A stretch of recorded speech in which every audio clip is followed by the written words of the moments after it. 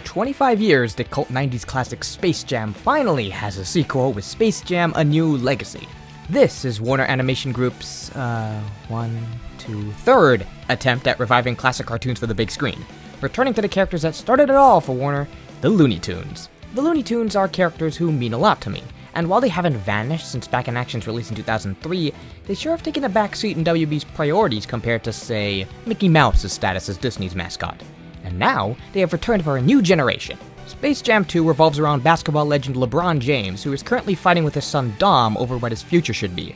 LeBron wants Dom to follow in his footsteps, but Dom dreams of being a video game developer. This divide leads the two to get separated when they get sucked into the Serververse, a digital home for all of Warner Brothers' franchises. To find his son, LeBron must face the Serververse's ruler, Al G. Rhythm and his goon squad, in a game of basketball.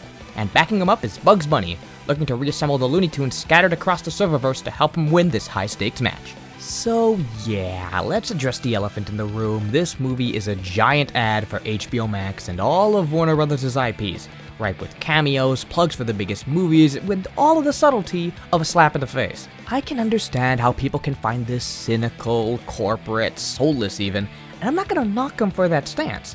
But at the same time, yeah, I fell for it hook, line, and sinker. Seeing the Looney Tunes in DC or Mad Max or looking at all the cameos in the crowd, I can't lie and said I didn't have a giant grin on my face for the entire runtime, because I did. This movie is just a joy and relishes in the fun of pulling from anything WB has, as long as it isn't Cartoon Network for some reason. I'm just a nerd for crossovers, it's just my weak point, and this movie just knows how to hit it. If anything, I wish these movies went on for longer. I absolutely loved being in the Serververse. But, of course, this is Space Jam, which means we gotta have a basketball game, and it's also really fun to see. Not only are the abilities of some of the Looney Tunes being used in newfangled CG, but the competition is also really cool. I know I might get some hate for this, but the Goon Squad are much better than the Monstars from the first movie, putting any nostalgia aside. The Monstars aren't that unique from each other, aside from like 2 of them. Most are just big, muscular blobs with no really standout abilities that can rival the Tunes. While the Goon Squad are not only more compelling designs, but their abilities are all unique and inspired by the actual player they're designed after. For example, Kronos being based off Damian Lillard and his catchphrase of "It's Dame Time," that's interpreted as a robot who can legitimately control time itself. It makes for a more interesting match, especially combined with the video game aesthetics and emphasis on using style in your shots, encouraging more playful use of each character. Goodness, I'm treating this thing like an actual game with mechanics. I'm reviewing a movie, right? As for the leader of the Goon Squad, Al G. Rhythm, Don Cheadle absolutely has a ball with the role as this eccentric, manipulative program. He is by far the best actor that isn't a Looney Tune in the film because he's so engrossed in just going all out with how evil he is and owning it. It's so cheesy and over the top, and you can't help but enjoy him, especially since the role we know him for is War Machine. Seeing such a strong disconnect only makes it funnier. This movie also has what I think is a stronger emotional core, focusing on a father and son relationship and the importance of not having business completely overshadow having fun allows for more meaningful message than the original. And this message also ties to the Looney Tunes, who also has a part to play when it comes to the more dramatic side of the film. With Bugs wanting to reassemble his friends and bring them back together, it makes everyone's motivations more clear on both ends. Now, all this doesn't mean the movie is perfect. Of course it isn't. The movie is still incredibly stupid, with lots of gaps in logic and gaps in general. So much of this movie feels like aspects are missing, and we are aware that some scenes are definitely cut, as well as entire characters.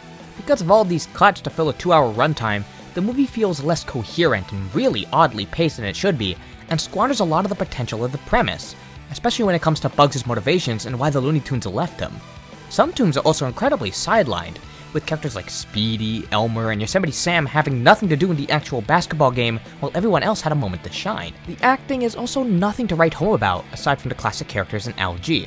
LeBron tries, I guess, but his performance still falls very flat, which can damage the dramatic core of his character and make him look more like an apathetic jerk. Zendaya is also not that good of a Lola Bunny. It's hard to separate her voice and pretend she's someone else. It's competent, but again, falls flat compared to all of the other professional actors who have played these characters for years. The animation too, while not horrible, has flaws. The 3D is pretty good all around, but some characters look off. But for the most part, it captures the Looney Tunes' personality and physics, just like how I always thought WAG could do with their talents. The 2D animation, however, is very inconsistent. They don't blend very well in live action, and overall the movement feels wonky and unfinished at points, and then sometimes it looks great and smooth. It's nowhere near as well shaded, slick, and overall believable compared to the first Space Jam or Back in Action. The soundtrack too, nowhere near as iconic or catchy as any song from the original movie.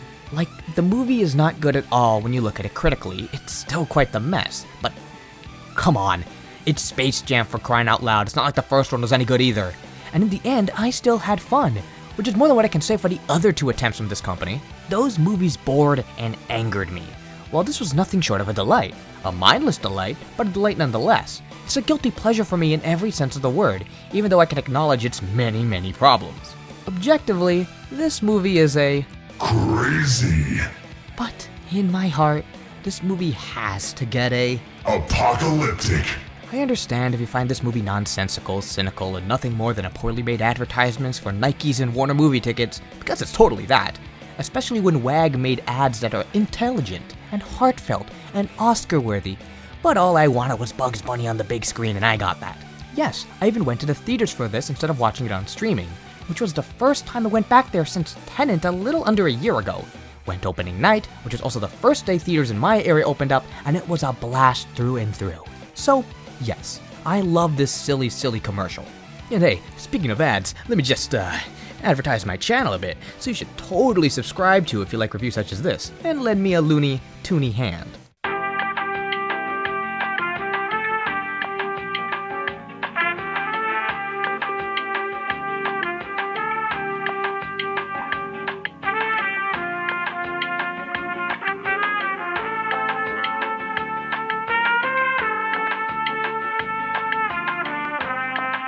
Now, how do you see this basketball game for yourself, eh?